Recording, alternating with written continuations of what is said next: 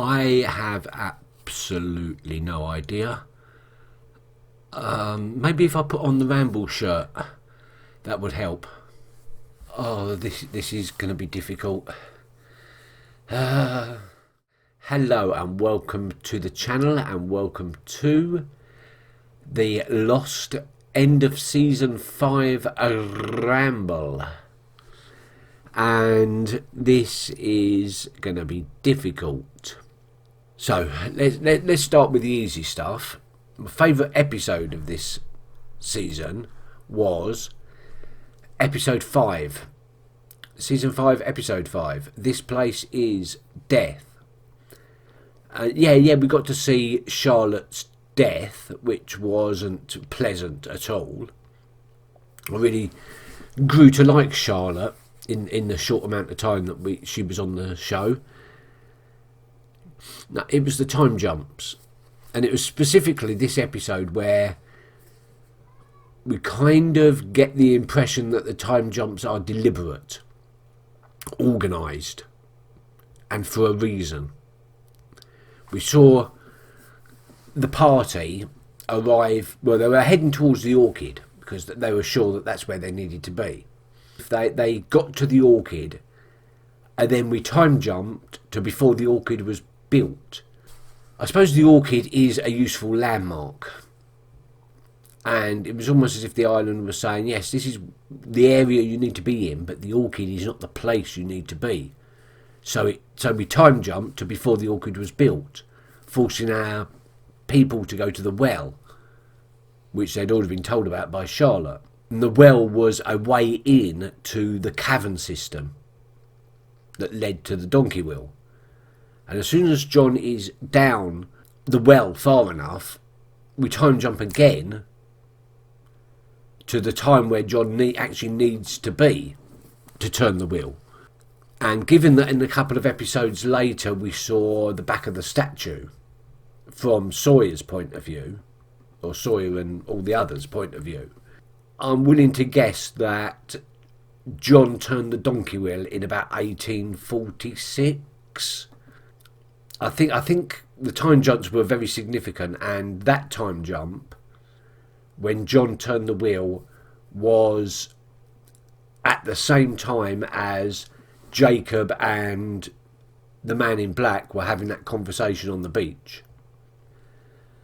That's my opinion anyway. But yeah, that's why I liked it. It was the whole time jumping thing, I suppose. But that's my favourite episode. My least favourite episode was probably, I suppose it was the second episode, The Lie. I don't know. I don't think I have a least favourite episode. Characters. We've met a few new characters. Mostly it was the Dharma people that were new for this season.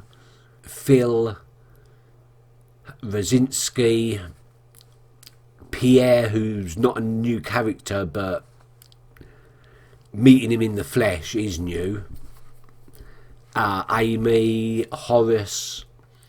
I think my favourite out of all of those characters would have been Pierre, Mr. Marvin Candle himself, because not a lot of the other characters were that likeable, to be fair. Phil was a Weasley little creepy guy. Rosinski was just so overbearing and domineering that I just can't bring myself to have nice feelings towards him. Horace was... I want to know who put Horace in charge of Dharma, because he was the most ineffective leader I've ever seen. He failed to keep control or make a leader decision regarding Saeed when they were all in the house and deciding what to do with Saeed. He let that situation get way out of control. When they were talking about killing him, and then they said, oh, we're going to take it to Ann Arbor to arbitrate a resolve. And all the time Horace could have led. He could have made a decision, stood up and boom, there and then. But he failed. He failed to. He allowed Rosensky to virtually take control. Well, he did allow Rosensky to take control at the end when Sawyer and crew were uncovered. He was just the most inefficient leader I've seen. And he was a mathematician as well. Why would you put a mathematician in charge of... Wouldn't it be... Given the nature of what Dharma were trying to do there, I would have expected, like, Pierre to have been the leader. Or since Rosensky is actually designing and building these complexes and these stations, maybe Rosensky is in control. Or maybe it's a combination of all three. Okay then. I didn't mind Horace, but I didn't much like him, and he was introduced last season anyway. So he wasn't really a new character. So I don't know why I just went on about him. It really bugged me how ineffective he was at being a leader. Sorry about that. Right. The other big turnaround for me, while we're dissecting characters, was Daniel. While I didn't like him, even at the beginning of this season, I still thought he was a Weasley sort of lying, cheaty sort of person. I started to actually grow to like him during this season. And it wasn't the fact that he'd attempted to rescue so many people from the island, although that was heroic enough. That's the sort of behaviour that turned me around with Sawyer. But I think it was just once he was willing to explain what the hell was going on and the time jumps and everything, he became a really useful asset to the team.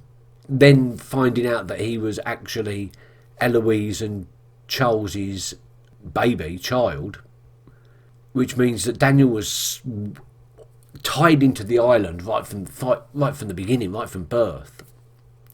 I want to think that Daniel's story isn't actually over yet, and nor is Charlotte's, although it does seem like it is. But this is where we get into the complicated bit.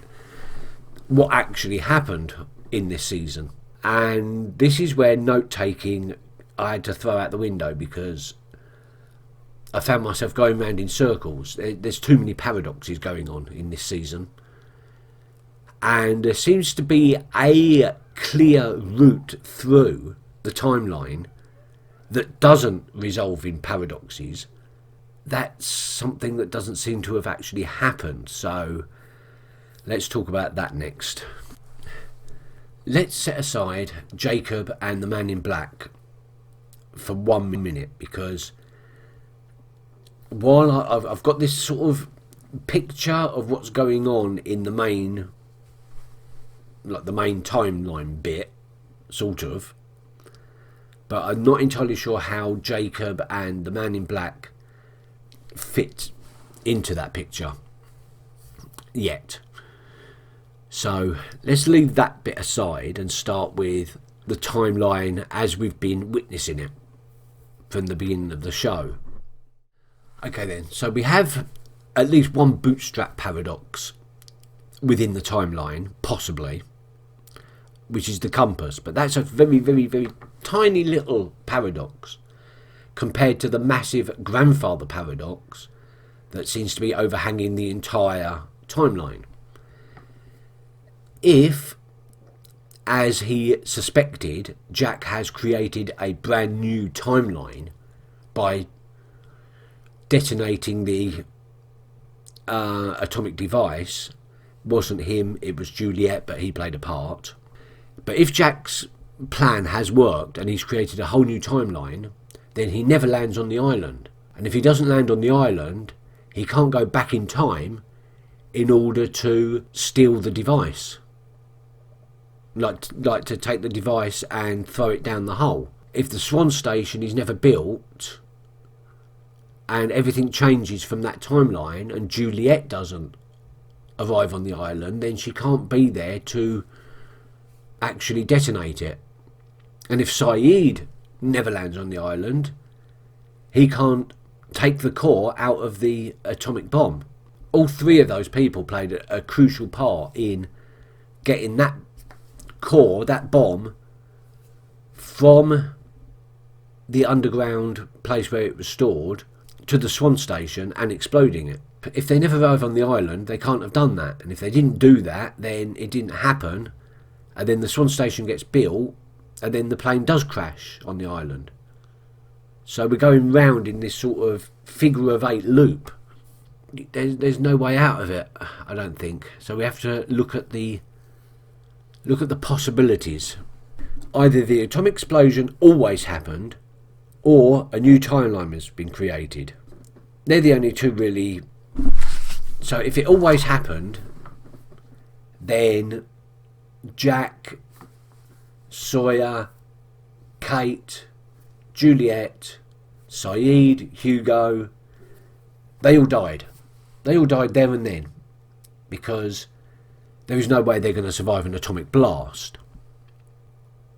But that creates a paradox, because Pierre and Rosinski were also in that blast radius. And we know that Rosinski later goes on to work in the Swan, and he starts the map on the lockdown wall and eventually blows his brains out.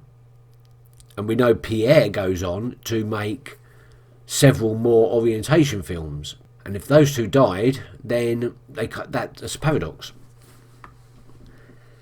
So, if it always happened, there's a paradox. And if it's created a new timeline, it's also a paradox. And then we've got the others, of course, because it's not just the blast. I mean, an atomic blast from a 1950s bomb would, and I've looked at Wikipedia, it's amazing what you can find, detonated underground in a shaft would definitely cause a blast radius of about 1.5 miles. We're talking about debris being kicked up into the atmosphere maybe 12,000 feet. So a 12,000 foot mushroom cloud. We're also talking about debris and dirt and earth being blasted in a sort of a wall outwards, as well as the sonic blast, the radiation that leaks from that. So we don't know how big the island is, but I think it stands to reason that it's not going to destroy the entire island, but it certainly has the capabilities of killing everything, or at least every human on the island eventually. So that's the next question. Did it?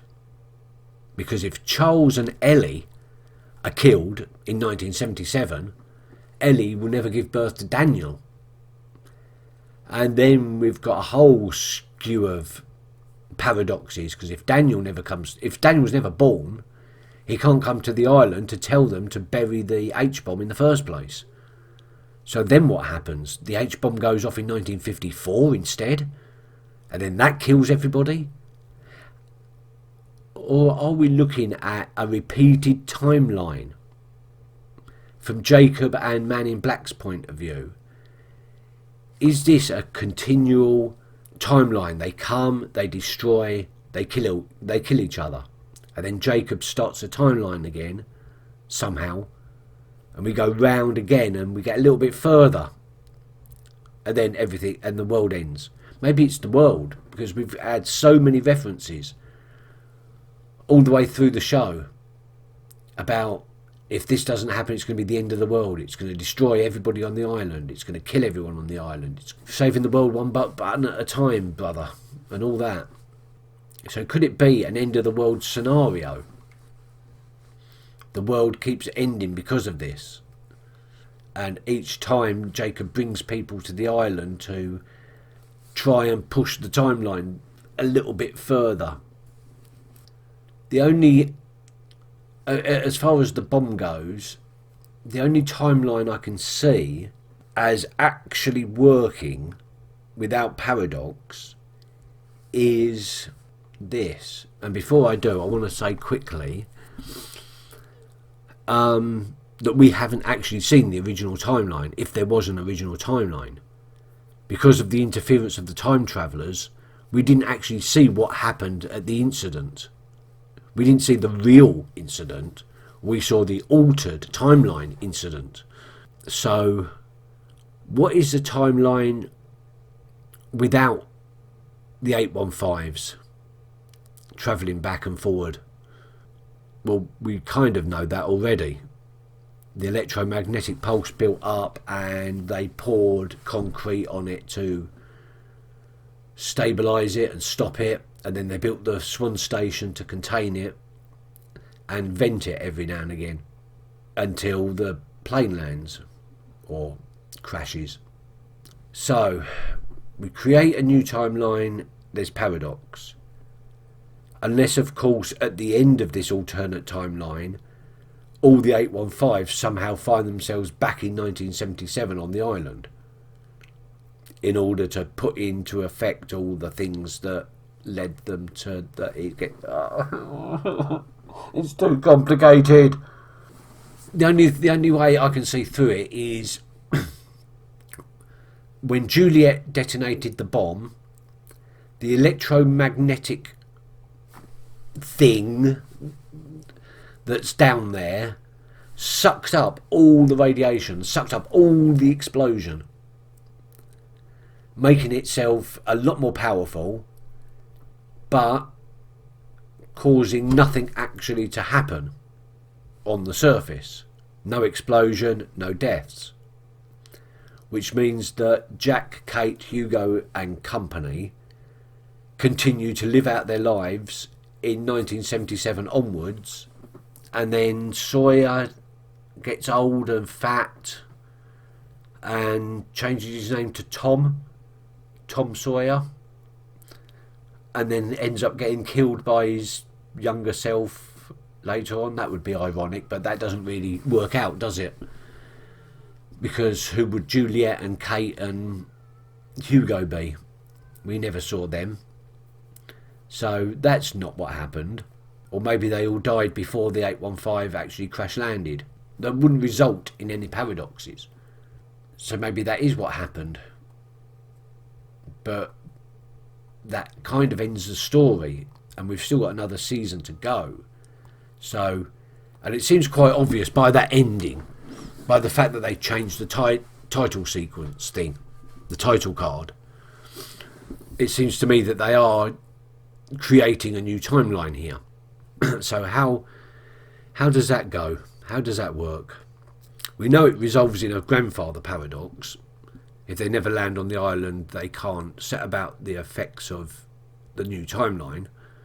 So the timeline can't exist. But that's the loophole, maybe. Maybe that is the loophole that the Man in Black was talking about. I still have no idea about that.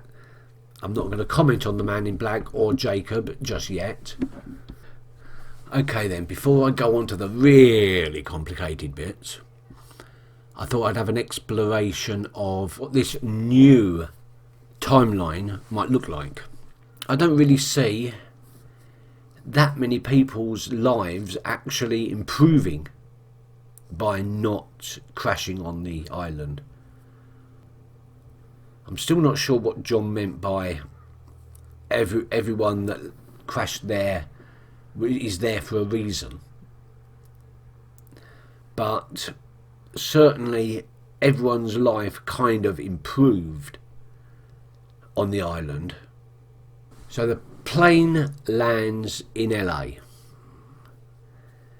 Jack buries his father in inappropriate shoes, and then carries on being a surgeon and surgerying and obsessing about Sarah, or maybe he gets a new girlfriend and obsesses about her as well, and that's how his life goes.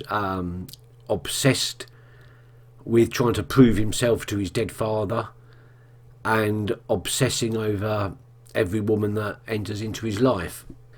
The end. Kate. Obviously Kate faces trial for her crimes, and I don't see any way out of it. She goes down for it. And a long time she ends up in jail. Because without Jack's character defence and the fact that she was on that island and the whole backstory that portrayed her as being a hero, Without Aaron, the surrogate motherhood, and with her mother still angry, yeah, she's going down. And a long stretch as well.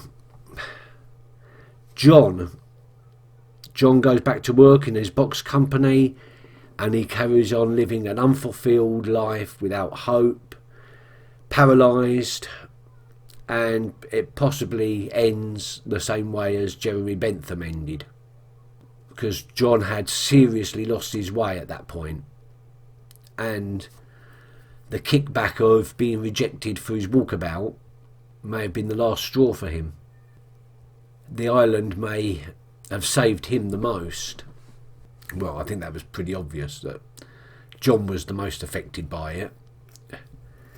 Charlie never gives up heroin, possible overdose, or maybe he rekindles his musical career, but that's doubtful.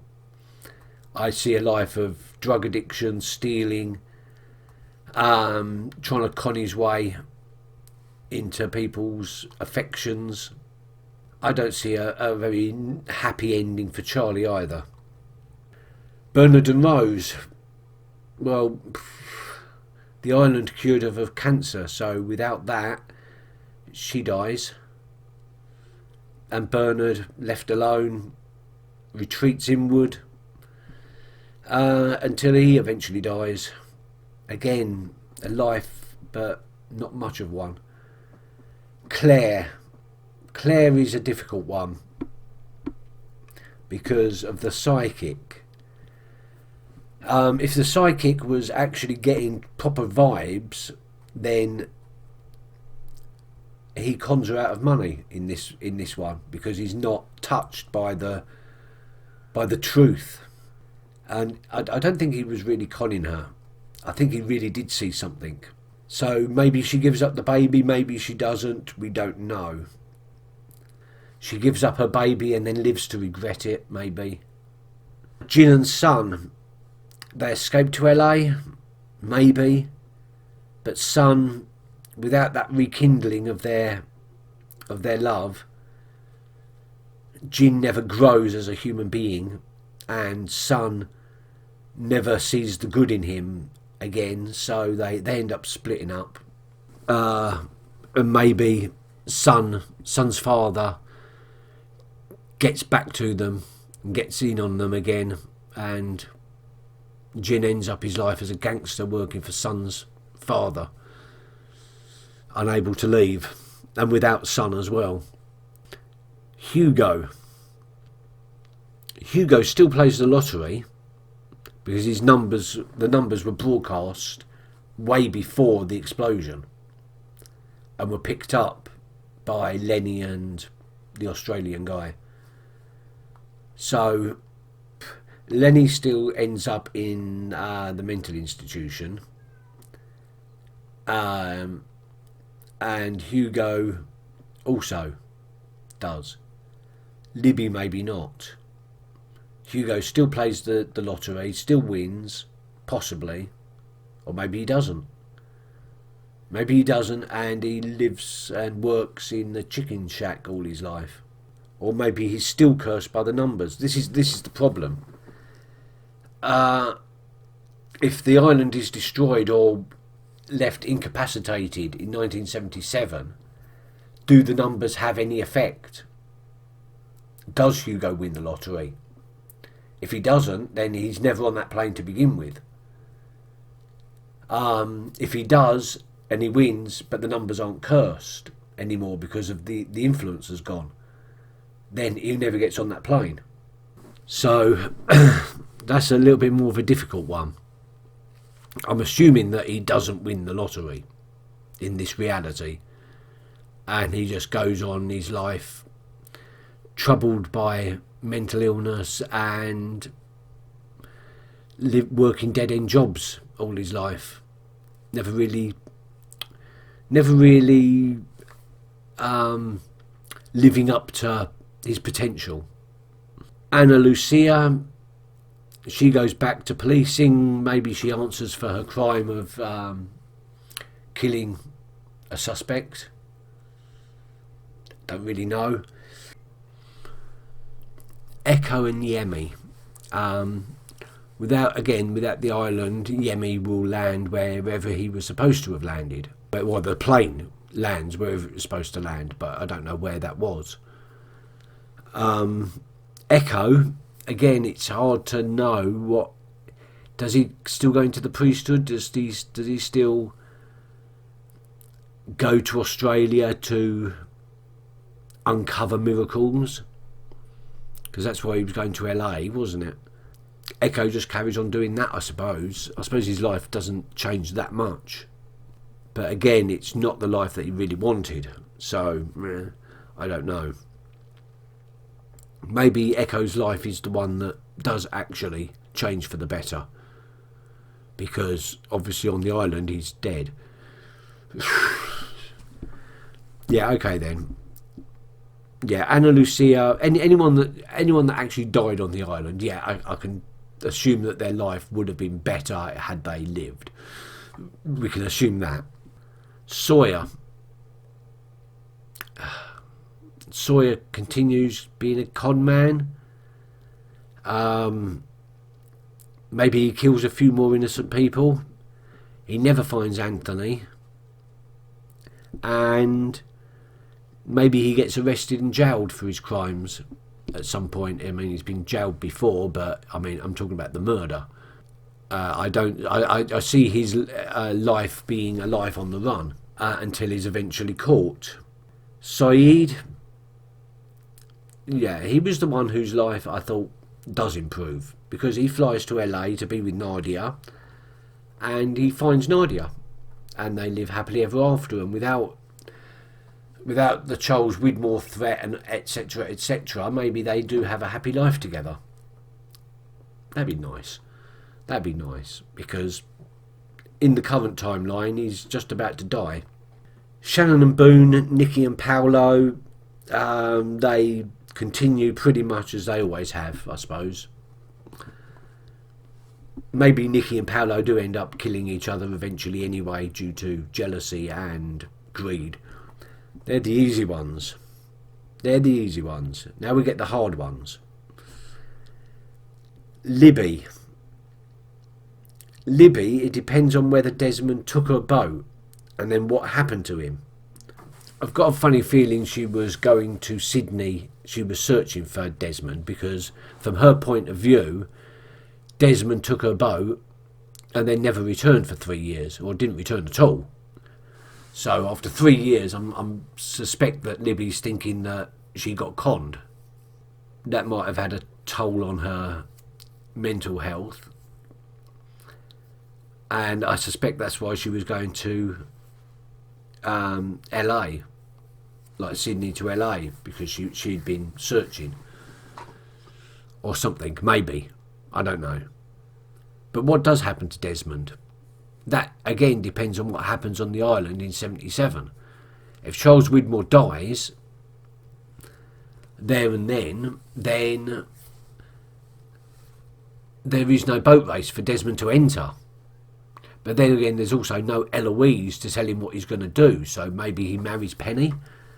Maybe he still chickens out and joins the army. But then without Daniel telling him that he has to go and, well, without the time flashes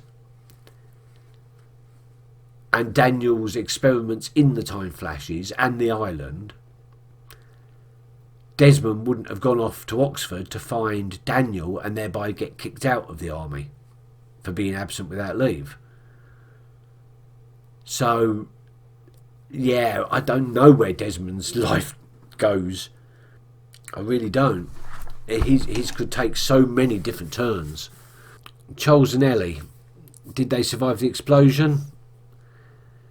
Maybe they went on their own little time travel timeline thingy. Maybe they survived, but with injuries. Maybe, I don't know. But like I said, if Ellie dies there and then, she can't later give Desmond his destiny. Not that there's an island to go to for that destiny to play out. Yeah, it gets complicated. Daniel again, maybe he's never born, or maybe he is born and without the push of his mother to become a scientist, he becomes a pianist, or loses his mind and never gets healed. I don't know. Obviously, Frank, Naomi, Miles and Charlotte, they never learn about their origins. They never get hired by Charles to go back to the island. So that all changes. Paradox, paradox, paradox. It really all depends on whether Richard and the others, Ellie and Charles, etc., were in the blast area or got affected by the atomic bomb at all. And then we've got Juliet. Juliet is right at the epicenter of the blast. Is that important? What happened to him at that plane was a part of a chain of events that led us here, that led us down a path, that led you and me to this day, to right now. And where's that path end, John? The path ends at the hatch. The hatch, Jack. All of it happened so that we could open the hatch. No, we're opening the hatch so that we can survive. Survival is all relative, Jack. I don't believe in destiny. Yes, you do. You just don't know it yet. Probably not. Obviously, she never gets hired to come to the island to cure the baby thing. Or maybe the blast caused the baby thing. If the blast happened in the original timeline. But if the blast happened in the original timeline, then paradox, paradox, paradox. And they're all dead.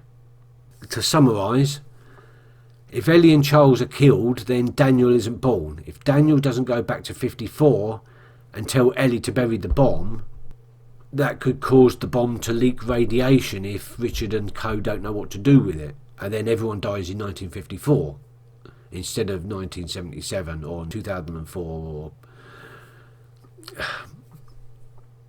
if Jack never gets back to the island, he can't go back and retrieve the core of the bomb and throw it down the shaft of the Swan. If John never went back to the island, he might not have died and couldn't serve any purpose to the Man in Black. So the Man in Black doesn't, in fact, have his loophole. If the Swan is never built, then Desmond never gets to the island to work in the Swan. But if Rosinski is killed in the blast, then he can never work in the Swan, assuming that the Swan is built. There's too many paradoxes and parameters to consider. Is this an alternative timeline or just an extension of the existing one? And we haven't gone full circle yet. Also, I'd like to add that Ellie and Charles look in the 2007 flashes look remarkable for 73-year-olds or 70-year-olds. They were born in 1937. So, yeah, looking good. Both of them. How am I doing so far? Absolutely awful. Okay then. I think I'm finished with this now. So now we're going to go on a little bit of a tangent. Okay then, this is something that I noticed at the end of season 1. But I didn't want to mention it because it seemed like it was either one of those sort of ongoing themes or that the analogy that I'd noticed was maybe accidental. But with the inclusion of beginning and end scenes in this final episode, in the incident of Jacob on the island, I now have a balance and a contrast, and it's probably time to actually mention it now. And it's going along the lines of the man of faith, man of science. I couldn't help but notice that a lot of season 1 there was an underlying story of the evolution of human civilization. When they crashed on the island, they had nothing. They had the clothes on their back and what they could scavenge from the wreckage. Food, medical supplies, pornography, water, all the important stuff. But they were scavenging. Then they went into hunter-gatherer mode. Fishing, hunting boar, collecting berries. Then Son started a little garden and we moved into like subsistence farming. Then we opened the hatch at the end of season 1 and we've discovered like industrial food, upgrade of weaponry, modern facilities, very basic. We also had the living in caves bit in between. So we went from basic shelter on the beach to living in caves as well, and then to living in more substantial housing in the hatch. And then obviously later on they went into living in houses in the village, in the Dharma village. You see where I'm going with this? That's what I mean. This is why I couldn't work out whether it was accidental or not. That's the science. Then we have the faith, the creation myth. And that's what's being played out, I think, with the Jacob thing and the whole island thing. Because a lot of the pantheonist mythologies start life or start the creation of the universe with a void. There's a void, then there's an endless ocean and endless sky, which then unite to form the first land, the island. Then plants and animals, then humans are created. It does cast the Man in Black and Jacob as gods. See, I don't know whether I'm gonna drop that on now. There's a little bit of a creation thing going on, and we've got the Egyptian mythology as well, which I don't understand how that fits in. We had the relief of Anubis sitting with the black smoke, or I assume was the black smoke, which is probably the Man in Black, because I can't work out who else it could be other than the Man in Black as being the black smoke. How and why he does that, I don't know, but maybe that's something to do with Jacob. Because I couldn't help but notice that when John was questioning Richard about his agelessness, Richard merely said, "I am the way I am because of Jacob." He didn't say, "I don't age because of Jacob." He didn't say, "I'm immortal because of Jacob." He just said, "I am the way I am because of Jacob." Which means that there may be a little bit more than just agelessness going on with Richard. And then we have Jacob's Tapestry, which seems to depict, again, a kind of evolution of society, with Egyptians praying to the sun god Ra, with I think 2 figures either side, which could be Jacob and Man in Black. That's so long-winded. I'm going to call him Doug. Then on the next level they're farming, I think, and then the next level they're leaving. They seem to be leaving the island, and there's a statue of Tarawet in the thing, in the tapestry. And then there's all the Egyptian hieroglyphs all over the place as well. So I find it very difficult to believe that Egyptians would accidentally find themselves in the South Pacific. So Jacob brought them.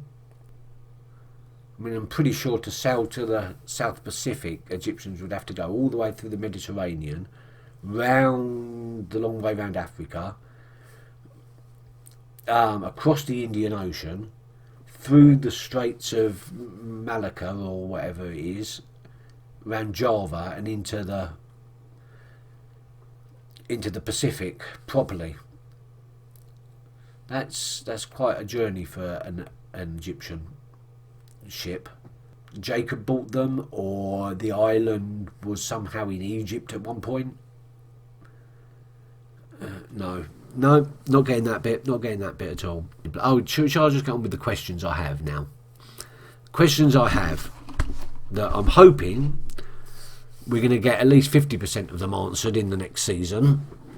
I know some of them are going to be left up to the viewer to decide. So, headcanon. Questions part 1. Who is Jacob? Who is the man in black? And what are their natures? It's no good just assuming that the man in black is evil, because in creation mythologies it's very, very rarely good and evil. Light and dark, yes. Night and day, yes. But it's not so much cut and dry as good and evil. And in a lot of mythologies it's the light that is the betrayer. Even in the Bible, Jacob actually conned Esau out of his inheritance. That's the point of the story. Jacob isn't particularly the nice one in the Bible. He's just the favoured one. Anyway, who is Jacob? Who is Man in Black? And what are their natures? If the Man in Black is impersonating Locke, who else has he impersonated? And I'm thinking Yemi, probably. Walt, I don't know. I don't know about him because he was still alive at that time. Charlie, yeah, maybe. Mr. Echo, maybe. Christian, that's the big question. Is the Man in Black Christian? I don't know. I don't know. It really complicates matters if it is, because Christian said he was a spokesperson for Jacob. Maybe that's the Man in Black's nature all along. Maybe the Man in Black was always a spokesman for Jacob. That wouldn't necessarily stop him wanting to kill Jacob. And what are the rules? Anyway, what did Richard mean when he said, I am this way because of Jacob? And what is the significance of all the Egyptian stuff? The statue, the tapestry, the temple, the hieroglyphs. Who is responsible for the ancient tunnels and the donkey wheel chamber? The temple, the electromagnetic pockets all over the world. Who is responsible for them? Where did they come from? What is the island? And when it comes to Jacob and the Man in Black, who is working for who? Questions part 2. Did the explosion always happen? Is there more than one alternative timeline? How big is the island? And how devastating was the explosion? I think I've already covered that one. You know, did it affect the others, or is it only people in the blast area? What happened to Danielle's crew in the temple? Danielle kept saying they'd been changed, but how? Had they been made disciples of the Black Smoke? Questions part 3. Why couldn't Charles Widmore find his way back to the island, and yet Ellie seemed to know how all along, but never went? And how did Ellie end up at the lamppost? When did she leave the island? And who is Penny's mother? Obviously not Ellie. They said that Charles went off island and had a baby with an outsider. Is that even important?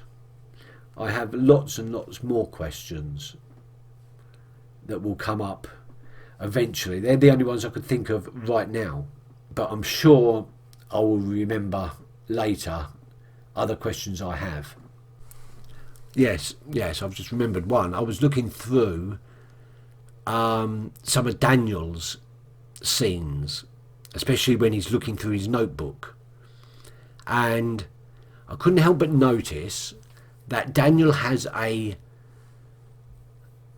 page dedicated to that timeline thing that we saw, that marked out event A, event B, event C, with imaginary timeline and real time and things like that all over the place. He had that in his notebook. How did he get that in his notebook when it was also in the Dharma files at the Hydra? because at the point that he was looking through that, he hadn't time travelled to 1974 and gone to Ann Arbor to collect information. So what is the deal with Daniel's notebook? Where was it in the original timeline? In this timeline, Ellie gives it to Jack so that Jack can disarm the atomic bomb. But if Jack never lands on the island, then Ellie had that notebook all along. Unless, of course, Daniel didn't get born, in which case she didn't. This is getting really too complicated. No, that's it. My brain's gone. My brain's gone. I can't think any more on this one. I have to end it now so that I can watch the first episode of season 6 and start the final part of my journey. I'm sorry if this was a rubbish ramble, but it shows really where my head is at. It's lost all over the place. And I may have been overwatching it, to be fair. May have been overthinking everything, because I have become slightly obsessed with this series. Okay, I've really got to end it now. Thank you very much for watching, and I will see you next time. Until then, bye-bye. And it's the one where I suppose it's the episode. Oh dear, I'm going to sneeze. This is not going well for me today.